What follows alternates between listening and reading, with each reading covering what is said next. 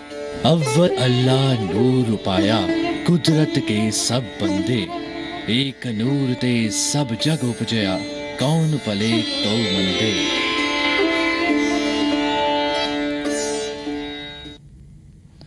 वाहिगुरु जी का खालसा वाहिगुरु जी की फतेह। अकाल पुरख ਦੇ ਸਿਫਤ ਸਲਾਹ ਦੇ ਪ੍ਰੋਗਰਾਮ ਏਕ ਓਂਕਾਰ ਵਿੱਚ ਆਪ ਜੀ ਦਾ ਸਵਾਗਤ ਹੈ। ਹੋਲਾ ਮਹੱਲਾ ਜੋ ਕਿ ਖਾਲਸਾ ਹੀ ਜਾਹੋ ਜਲਾਲ ਦਾ ਪ੍ਰਤੀਕ ਕੌਮੀ ਜੋੜ ਮੇਲਾ ਹੈ। ਇਤਿਹਾਸਕਾਰਾਂ ਦੇ ਮੁਤਾਬਕ ਸੰਮਤ 1757 ਚੇਤ ਦੀ 1 ਨੂੰ ਇਸ ਮੇਲੇ ਦਾ ਮੁੱਢ ਰੱਖਿਆ ਗਿਆ ਤੇ ਸਰਬਸਤਾਨੀ ਸਾਹਿਬੇ ਕਮਾਲ ਦਸ਼ਮੇਸ਼ ਪਿਤਾ 10ਵੇਂ ਗੁਰੂ ਸ਼੍ਰੀ ਗੁਰੂ ਗੋਬਿੰਦ ਸਿੰਘ ਜੀ ਮਹਾਰਾਜ ਨੇ ਇਸ ਮੇਲੇ ਦਾ ਮੁੱਢ ਰੱਖਿਆ। ਉਹਨਾਂ ਨੇ ਖਾਲਸਾ ਪੰਥ ਨੂੰ ਸ਼ਸਤਰ ਵਿਦਿਆ ਤੇ ਯੁੱਧ ਕਲਾ ਵਿੱਚ ਨਿਪੁੰਨ ਕਰਨ ਦੇ ਲਈ 2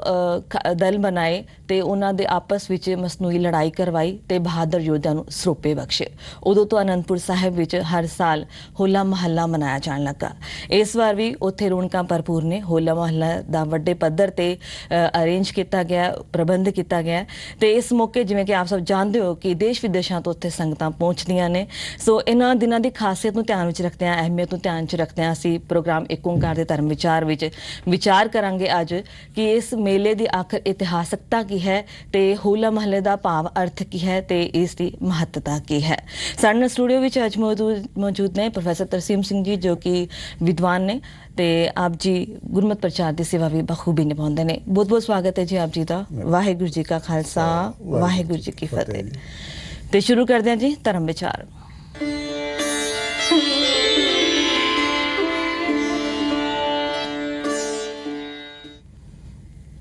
ਹੋਲਾ ਮਹੱਲਾ ਜਿਸ ਦੇ ਸ਼ਬਦੀ ਅਰਥਾਂ ਵਿੱਚ ਆਈਏ ਤਰਸੀਮ ਸਿੰਘ ਜੀ, ਜੇ ਮੈਂ ਗਲਤ ਨਹੀਂ ਤੇ ਸ਼ਬਦੀ ਅਰਥ ਜੇ ਜਾਣਿਆ ਅਸੀਂ ਤੇ ਅਰਬੀ ਭਾਸ਼ਾ ਦੇ ਹੂਲ ਸ਼ਬਦ ਤੋਂ ਬਣਿਆ ਹੋਲਾ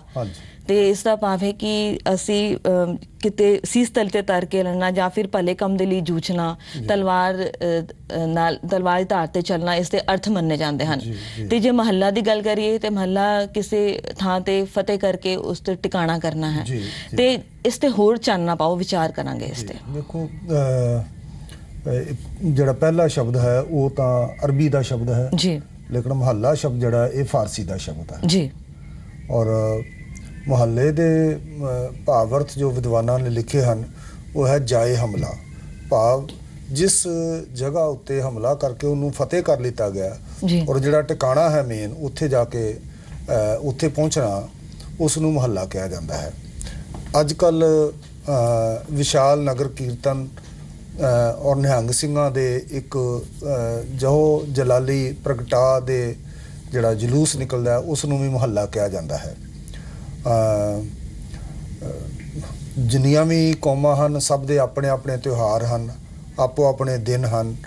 ਔਰ ਇਹਨਾਂ ਦਿਨਾਂ ਦੀ ਹਰ ਕੌਮ ਲਈ ਆਪਣੀ ਇੱਕ ਇਤਿਹਾਸਕ ਮਹੱਤਤਾ ਹੁੰਦੀ ਹੈ ਜਿਹੜੀ ਉਸ ਕੌਮ ਦੇ ਲੋਕਾਂ ਨੂੰ ਉਤਸ਼ਾਹ ਬਖਸ਼ਦੀ ਹੈ, ਉਹਨਾਂ ਨੂੰ ਨਵਾਂ ਜੀਵਨ ਦਿੰਦੀ ਹੈ, ਉਹਨਾਂ ਦੇ ਦਿਲੋਂ ਦਿਮਾਗ ਦੇ ਵਿੱਚ ਇੱਕ ਤਾਜ਼ਗੀ ਪੈਦਾ ਕਰਦੀ ਹੈ ਤੇ ਪਿਛਲੀਆਂ ਉਦਾਸੀਆਂ ਤੇ ਪਰੇਸ਼ਾਨੀਆਂ ਤੋਂ ਉੱਪਰ ਉੱਠ ਕੇ ਮਨੁੱਖੀ ਮਨ ਦੇ ਅੰਦਰ ਇੱਕ ਖੜਾਓ ਦੀ ਅਵਸਥਾ ਪੈਦਾ ਕਰ ਦਿੰਦੀ ਹੈ। ਗੁਰੂ ਸਾਹਿਬ ਜੀ ਨੇ ਜਿਸ ਸਮੇਂ ਹੋਲੇ ਮਹੱਲੇ ਦੀ ਆਰੰਭਤਾ ਕੀਤੀ, ਅਸੀਂ ਜਦੋਂ ਦੇਖਦੇ ਹਾਂ ਕਿ ਉਸ ਸਮੇਂ ਦਾ ਜੋ ਇਤਿਹਾਸ ਹੈ ਜਾਂ ਉਸ ਸਮੇਂ ਦੇ ਜੋ ਸਮਾਜਿਕ ਹਾਲਾਤ ਸਨ, ਪੋਲੀਟੀਕਲ ਹਾਲਾਤ ਸਨ ਔਰ ਲੋਕਾਂ ਦੀ ਮਨੋਦਸ਼ਾ ਸੀ, ਉਹ ਉਸ ਨੂੰ ਵਾਚਣਾ ਬਹੁਤ ਜ਼ਰੂਰੀ ਹੈ ਕਿ ਆਖਰਕਾਰ ਇਹ ਹੋਲਾ ਮਹੱਲਾ ਗੁਰੂ ਸਾਹਿਬ ਜੀ ਨੂੰ ਆਰੰਭ ਕਿਉਂ ਕਰਨਾ ਪਿਆ। ਜੀ ਜੀ ਸ਼ਸਤਰ ਵਿਦਿਆ ਜਿੱਥੋਂ ਤੱਕ ਇਸ ਦਾ ਸੰਬੰਧ ਹੈ ਹਥਿਆਰਾਂ ਦੀ ਟ੍ਰੇਨਿੰਗ ਦਾ ਜਾਂ ਹਥਿਆਰ ਚਲਾਉਣ ਦਾ,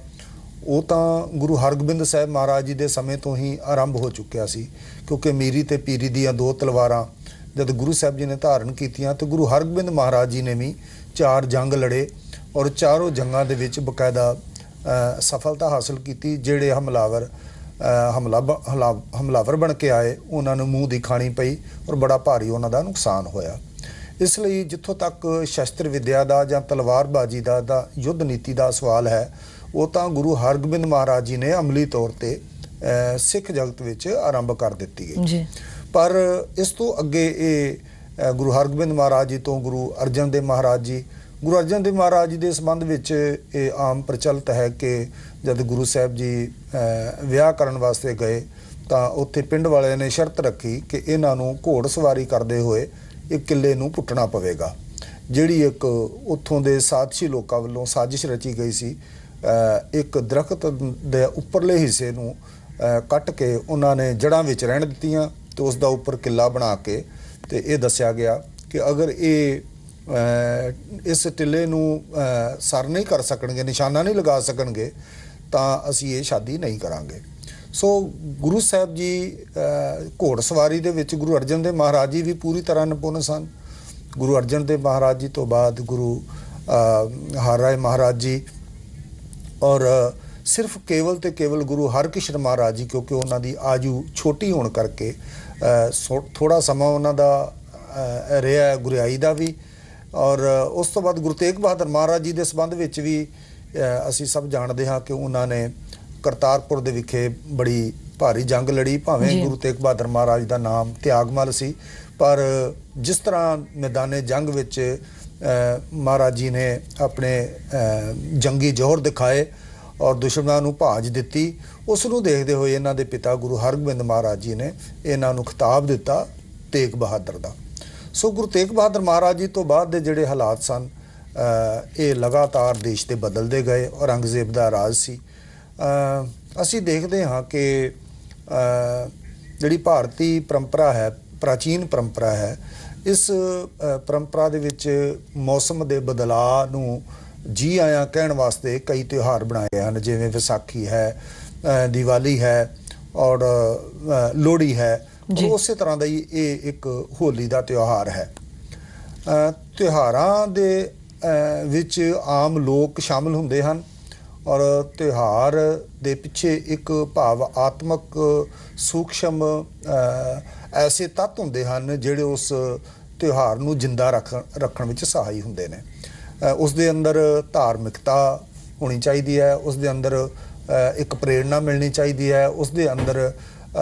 ਇੱਕ ਖੇੜਾ ਮਿਲਣਾ ਚਾਹੀਦਾ ਹੈ ਔਰ ਉਸ ਦੇ ਅੰਦਰ ਆਰਥਿਕਤਾ ਵੀ ਨਾਲ ਜੁੜੀ ਹੋਈ ਹੋਣੀ ਚਾਹੀਦੀ ਹੈ। ਸੋ ਇਸ ਤਰ੍ਹਾਂ ਜੋ ਪੁਰਾਤਨ ਵਿਦਵਾਨਾਂ ਨੇ ਇਹਨਾਂ ਤਿਉਹਾਰਾਂ ਦੀ ਰੂਪ ਰੇਖਾ ਘੜੀ, ਇਹਨਾਂ ਸਾਰੀਆਂ ਚੀਜ਼ਾਂ ਨੂੰ ਧਿਆਨ ਵਿੱਚ ਰੱਖ ਕੇ ਹੀ ਘੜੀ। ਪਰ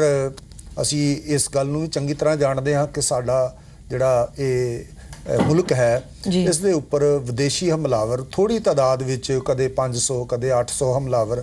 ਆਉਂਦੇ ਰਹੇ ਔਰ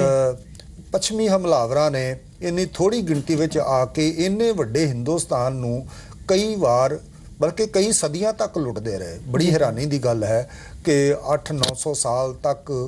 ਦੇਸ਼ ਦੀ ਲੁੱਟਮਾਰ ਹੁੰਦੀ ਰਹੀ। ਇੱਥੋਂ ਦੀਆਂ ਬਹੁ ਬੇਟੀਆਂ ਨੂੰ ਲੁੱਟ ਕੇ ਵੀ ਲਿਜਾਂਦੇ ਰਹੇ, ਮਗਰ ਇੱਕ ਹਿੰਦੁਸਤਾਨੀ ਲੋਕਾਂ ਦੇ ਵਿੱਚ ਸਵਾਰਥ ਦੀ ਭਾਵਨਾ ਆਉਣ ਕਰਕੇ ਔਰ ਦੂਸਰਾ ਜਿਹੜੀ ਛੂਆ-ਛੂਤ ਸੀ, ਜਾਤ-ਪਾਤ ਸੀ, ਅਸਮਾਨਤਾ ਦੀਆਂ ਭਾਵਨਾਵਾਂ ਸਨ ਲੋਕਾਂ ਦੇ ਮਨਾਂ ਦੇ ਵਿੱਚ, ਉਸ ਵਜ੍ਹਾ ਕਰਕੇ ਜਦ ਇੱਕ ਨੂੰ ਮਾਰ ਪੈਂਦੀ ਤਾਂ ਦੂਜਾ ਉਸ ਨੂੰ ਦੇਖਦਾ ਰਹਿੰਦਾ ਔਰ ਇੱਕ ਦੂਜੇ ਦੀ ਸਹਾਇਤਾ ਨਾ ਕਰਦੇ। ਏਕਤਾ ਦੀ ਘਾਟ ਕਰਕੇ ਵਿਦੇਸ਼ੀ ਹਮਲਾਵਰ ਪੂਰੀ ਤਰ੍ਹਾਂ ਕਾਮਯਾਬ ਹੋਏ। ਉਹਨਾਂ ਨੇ ਇੱਥੋਂ ਦੀ ਸੱਭਿਅਤਾ ਨੂੰ ਵੀ ਬਦਲਿਆ, ਪ੍ਰਭਾਵਿਤ ਕੀਤਾ ਔਰ ਆਪਣੀ ਸੱਭਿਅਤਾ, ਆਪਣੀ ਬੋਲੀ, ਆਪਣਾ ਰਹਿਣ ਸਹਿਣ ਪ੍ਰਚਲਿਤ ਕੀਤਾ ਔਰ ਸਾਡੇ ਹਿੰਦੁਸਤਾਨੀ ਲੋਕਾਂ ਦੇ ਅੰਦਰ ਜਿਹੜੇ ਇੱਥੋਂ ਦੇ ਵਸਨੀਕ ਸਨ, ਉਹਨਾਂ ਨੇ ਬਜਾਏ ਉਹਨਾਂ ਦਾ ਮੁਕਾਬਲਾ ਕਰਨ ਤੇ ਉਹਨਾਂ ਤੋਂ ਪ੍ਰਭਾਵਿਤ ਹੋ ਗਏ। ਆਮ ਤੌਰ ਤੇ ਜਦੋਂ ਰਾਜਨੀਤਿਕ ਸ਼ਕਤੀ ਪ੍ਰਾਪਤ ਕਰਕੇ ਕੋਈ ਤਖਤ ਤੇ ਬੈਠਦਾ ਹੈ ਤੇ ਉਸ ਦੇ ਨਾਲ ਸਹਿਯੋਗ ਕਰਨ ਵਾਲੇ ਲਾਲਚੀ ਲੋਕ ਕਈ ਆਣ ਮਿਲਦੇ ਹਨ। ਸੋ ਇਸ ਤਰ੍ਹਾਂ ਭਾਰਤ, ਸਾਡੇ ਹਿੰਦੁਸਤਾਨ ਦੇ ਬਹੁਤ ਸਾਰੇ ਲੋਕਾਂ ਨੇ ਬਜਾਏ ਉਹਨਾਂ ਨੂੰ ਦੇਸ਼ ਵਿੱਚੋਂ ਬਾਹਰ ਕੱਢਣ ਦੇ, ਉਹਨਾਂ ਦੇ ਨਾਲ ਸਹਿਯੋਗ ਦੀ ਭਾਵਨਾ ਜਿਹੜੀ ਸੀ ਉਹ ਕਰਨੀ ਸ਼ੁਰੂ ਕਰ ਦਿੱਤੀ, ਜਿਸ ਦਾ ਸਿੱਟਾ ਇਹ ਨਿਕਲਿਆ ਕਿ ਜਦੋਂ ਇੱਥੋਂ ਦੇ ਲੋਕ ਹੀ ਉਹਨਾਂ ਲੋਕਾਂ ਨੂੰ ਸਹਿਯੋਗ ਦੇਣ ਲੱਗ ਪਏ ਤਾਂ ਫਿਰ ਉਹਨਾਂ ਨੇ ਲੁੱਟ ਕੇ ਵਾਪਸ ਜਾਣ ਦੀ ਬਜਾਏ ਉਹਨਾਂ ਨੇ ਇੱਥੇ ਹੀ ਪੱਕਾ ਟਿਕਾਣਾ ਕਰ ਲਿਆ ਔਰ ਜਿਸ ਦਾ ਸਿੱਟਾ ਇਹ ਨਿਕਲਿਆ ਕਿ ਸਦੀਆਂ ਤੱਕ ਭਾਰਤ ਗੁਲਾਮ ਰਿਹਾ, ਸਾਡਾ ਮੁਲਕ ਆਜ਼ਾਦ ਰਿਹਾ। ਇੰਨਾ ਵੱਡਾ ਹਿੰਦੁਸਤਾਨ ਜਿਸ ਦੇ ਵਿੱਚ ਸੈਂਕੜੇ ਰਿਆਸਤਾਂ ਸਨ, ਅਗਰ ਇਹਨਾਂ ਦੀ ਆਪਸੀ ਤਾਲਮੇਲ ਤੇ ਏਕਤਾ ਹੁੰਦੀ ਤਾਂ ਸ਼ਾਇਦ ਵਿਦੇਸ਼ੀ ਹਮਲਾਵਰ ਇੰਨਾ ਕਾਮਯਾਬ ਨਾ ਹੁੰਦੇ ਔਰ ਉਸ ਤੋਂ ਬਾਅਦ ਜਦੋਂ ਅਸੀਂ ਦੇਖਦੇ ਹਾਂ ਕਿ ਇਹ ਸਾਰੇ ਹਾਲਾਤ ਇਸ ਦੇ ਨਾਲ ਬਾਬਰ ਤੋਂ ਲੈ ਕੇ ਔਰੰਗਜ਼ੇਬ ਤੇ ਬਹਾਦਰ ਸ਼ਾਹ ਤੱਕ ਜਿਹੜਾ ਹੈ ਸਾਡੇ ਗੁਰੂ ਸਾਹਿਬਾਨਾਂ ਦਾ ਜਿਹੜਾ ਜੀਵਨ ਹੈ ਨਾਲੋਂ ਨਾਲ ਚੱਲਦਾ ਹੈ ਤੇ ਗੁਰੂਆਂ ਨੇ ਸਮੇਂ ਨੂੰ ਦੇਖ ਕੇ ਆਪਣੇ ਪ੍ਰੋਗਰਾਮ ਜਿਹੜੇ ਹਨ ਉਹ ਲੋਕਾਈ ਦੇ ਭਲੇ ਵਾਸਤੇ ਸਮਾਜ ਨੂੰ ਦਿੱਤੇ। ਔਰ ਇਹ ਗੁਰੂ ਗੋਬਿੰਦ ਸਿੰਘ ਮਹਾਰਾਜ ਤੱਕ ਆਉਂਦਿਆਂ ਬੇਸ਼ੱਕ ਯੁੱਧ ਨੀਤੀ ਦੇ ਵਿੱਚ ਸਿੱਖ ਨਿਪੁੰਨ ਹੋ ਚੁੱਕੇ ਸਨ ਔਰ ਜੰਗਾਂ ਵੀ ਲੜ ਚੁੱਕੇ ਸਨ ਔਰ ਜਿੱਤ ਵੀ ਹਾਸਲ ਕਰ ਚੁੱਕੇ ਸਨ, ਪਰ ਇੱਕ ਚੀਜ਼ ਜਿਹੜੀ ਹੈ ਉਹ ਪਰਮਾਨੈਂਟ ਲਾਗੂ ਕਰਨ ਦੀ ਲੋੜ ਸੀ, ਉਹ ਸੀ ਯੁੱਧ ਅਭਿਆਸ। ਜੀ ਅਸੀਂ ਦੇਖਦੇ ਹਾਂ ਕਿ ਉਸ ਤੋਂ ਪਹਿਲੇ ਗੁਰੂ ਸਨ 1700 ਤੋਂ ਪਹਿਲੇ ਭਾਰਤੀ ਪ੍ਰਾਚੀਨ ਇਤਿਹਾਸ ਦੇ ਵਿੱਚ ਕਿਤੇ ਵੀ ਅਜਿਹੀ ਘਟਨਾ ਨਹੀਂ ਮਿਲਦੀ ਕਿ ਇੱਥੋਂ ਦੇ ਲੋਕਾਂ ਨੇ ਜਾਂ ਰਿਆਸਤਾਂ ਦੇ ਮੁਖੀਆਂ ਨੇ ਕੋਈ ਆਪਣੀ ਸੈਨਾ ਨੂੰ ਯੁੱਧ ਅਭਿਆਸ ਕਰਵਾਇਆ ਹੋਵੇ। ਪਰੰਪਰਕ ਲੜਾਈ ਜਿਹੜੀ ਹੈ ਉਹ ਲੜਨ ਦਾ ਰਿਵਾਜ ਸੀ ਔਰ ਜ਼ਿਆਦਾਤਰ ਵਹਿਮਾਂ ਭਰਮਾਂ ਦੇ ਵਿੱਚ ਫਸੇ ਹੋਣ ਕਰਕੇ ਜਾਦੂ ਟੂਣੇ ਮੰਤਰਾਂ ਦੇ ਵਿੱਚ ਯਕੀਨ ਰੱਖਦੇ ਸਨ ਔਰ ਇਹ ਘਾਟ ਜਿਹੜੀ ਸੀ ਉਹ ਸਦੀਆਂ ਤੱਕ ਇਸੇ ਤਰ੍ਹਾਂ ਚੱਲਦੀ ਰਹੀ, ਜਿਸ ਦੇ ਨਾਲ ਜਿਹੜੀ ਸੁਰੱਖਿਆ ਪਾਲਿਸੀ ਸੀ ਔਰ ਸੁਰੱਖਿਆ ਵਾਲੇ ਲੋਕ ਸਨ ਉਹਨਾਂ ਦੇ ਅੰਦਰ ਵਿਲਾਸਤਾ ਆਉਂਦੀ ਗਈ, ਉਹਨਾਂ ਦਾ ਆਚਰਣ ਜਿਹੜਾ ਸੀ ਖਰਾਬ ਹੁੰਦਾ ਗਿਆ, ਜਿਸ ਕਰਕੇ ਵਿਦੇਸ਼ੀ ਹਮਲਾਵਰ ਇੱਥੇ ਆ ਗਏ ਤੇ ਗੁਰੂ ਗੋਬਿੰਦ ਸਿੰਘ ਮਹਾਰਾਜ ਜੀ ਨੇ ਜਿਹੜਾ ਸੀ ਅਜੋਕੇ ਸਮਾਜ ਨੂੰ, ਅਜੋਕੀ ਦੁਨੀਆ ਨੂੰ, ਕਿਉਂਕਿ ਸਿੱਖ ਧਰਮ ਆਧੁਨਿਕ ਧਰਮ ਹੈ, ਨਵੀਨ ਧਰਮ ਹੈ ਤੇ ਗੁਰੂ ਗੋਬਿੰਦ ਸਿੰਘ ਮਹਾਰਾਜ ਜੀ ਨੇ ਸਨ 1700 ਦੇ ਵਿੱਚ ਯੁੱਧ ਅਭਿਆਸ ਦੀ ਜਿਹੜੀ ਸਾਲਾਨਾ ਪ੍ਰਕਿਰਿਆ ਹੈ ਉਹਦੀ ਆਰੰਭਤਾ ਕੀਤੀ ਤੇ ਸਮਾਜ ਨੂੰ ਇੱਕ ਸੇਧ ਦਿੱਤੀ ਕਿ ਅਗਰ ਅਸੀਂ ਆਪਣੇ ਮੁਲਕ ਦੀ, ਆਪਣੇ ਸਮਾਜ ਦੀ ਰਾਖੀ ਕਰਨੀ ਹੈ ਤੇ ਫੌਜਾਂ ਦਾ ਚੁਸਤ ਦਰੁਸਤ ਹੋਣਾ ਬਹੁਤ ਜ਼ਰੂਰੀ ਹੈ, ਉਹਨਾਂ ਨੂੰ ਨਵੀਨ ਹਥਿਆਰਾਂ ਦੀ ਟ੍ਰੇਨਿੰਗ ਬਹੁਤ ਜ਼ਰੂਰੀ ਹੈ। ਅੱਜ ਅਸੀਂ ਦੇਖਦੇ ਹਾਂ ਕਿ ਹਰ ਮੁਲਕ ਜਿਹੜਾ ਹੈ ਉਹ ਸਾਲਾਨਾ ਉਹਦੀ ਫੌਜ ਜਿਹੜੀ ਹੈ ਯੁੱਧ ਅਭਿਆਸ ਕਰਦੀ ਹੈ। ਸੋ ਹੋਲਾ ਮਹੱਲਾ ਕੇਵਲ ਇੱਕ ਹੋਰ ਤਿਉਹਾਰਾਂ ਵਰਗਾ ਤਿਉਹਾਰ ਹੀ ਨਹੀਂ ਹੈ, ਬਲਕਿ ਬਦਲੀ ਹੋਈ ਮਾਨਸਿਕਤਾ ਨੂੰ ਪ੍ਰਗਟਾਉਣ ਦਾ ਇੱਕ ਪਰਮਾਨੈਂਟ ਗੁਰੂ ਸਾਹਿਬ ਜੀ ਨੇ ਸਾਧਨ ਬਣਾ ਦਿੱਤਾ, ਜਿਹੜਾ ਸ਼੍ਰੀ ਅਨੰਦਪੁਰ ਸਾਹਿਬ ਵਿਖੇ ਹਰ ਸਾਲ ਇਸ ਪਰੰਪਰਾ ਨੂੰ ਕਾਇਮ ਕੀਤਾ ਗਿਆ ਹੈ। ਜੀ ਬਿਲਕੁਲ ਤਰਸੇਮ ਸਿੰਘ ਜੀ, ਇਸ ਮੇਲੇ ਦੇ ਜੋ ਕੌਮੀ ਜੋੜ ਮੇਲਾ ਹੈ ਜੋ ਹੋਲਾ ਮਹੱਲਾ, ਜਿਸ ਦੇ ਮੁੱਢ ਤੇ ਜਾਈਏ ਤਾਂ ਵਾਕਈ ਇਸ ਦਾ ਮੁੱਢ ਬੜਾ ਡੂੰਘਾ ਹੈ, ਜੋ ਇਸ ਇਤਿਹਾਸਕਤਾ ਹੈ ਉਹ ਵਾਕਈ ਬੜੀ ਵਿਸ਼ਾਲ ਹੈ। ਤਰਸੇਮ ਸਿੰਘ ਜੀ, ਅਸੀਂ ਦੁਬਾਰਾ ਤੁਹਾਡੇ ਕੋਲ ਆਵਾਂਗੇ, ਫਿਲਹਾਲ ਚੱਲਦੇ ਹਾਂ ਸਿੱਧਾ ਅਨੰਦਪੁਰ ਸਾਹਿਬ ਜਿੱਥੇ ਕਿ ਸਾਡੀ ਟੀਮ ਮੌਜੂਦ ਹੈ। ਹੋਲਾ ਮਹੱਲਾ ਦੇ ਸਮਾਗਮ ਚੱਲ ਰਹੇ ਨੇ, ਅੱਜ ਦੂਜਾ ਦਿਨ ਹੈ ਅਨੰਦਪੁਰ ਸਾਹਿਬ ਵਿੱਚ ਹੋਲਾ ਮਹੱਲਾ ਦੇ ਸਮਾਗਮਾਂ ਦਾ, ਸੋ ਸਾਡੇ ਸਹਿਯੋਗੀ ਜਸਪਾਲ ਸਿੰਘ ਉੱਥੇ ਮੌਜੂਦ ਨੇ ਤੇ ਉਹਨਾਂ ਦੇ ਨਾਲ ਖਾਸ ਮਹਿਮਾਨ ਵੀ ਮੌਜੂਦ ਨੇ ਤੇ ਚੱਲਦੇ ਹਾਂ ਤੇ ਵੇਖਦੇ ਹਾਂ ਖਾਲਸੇ ਦੇ ਰੰਗ।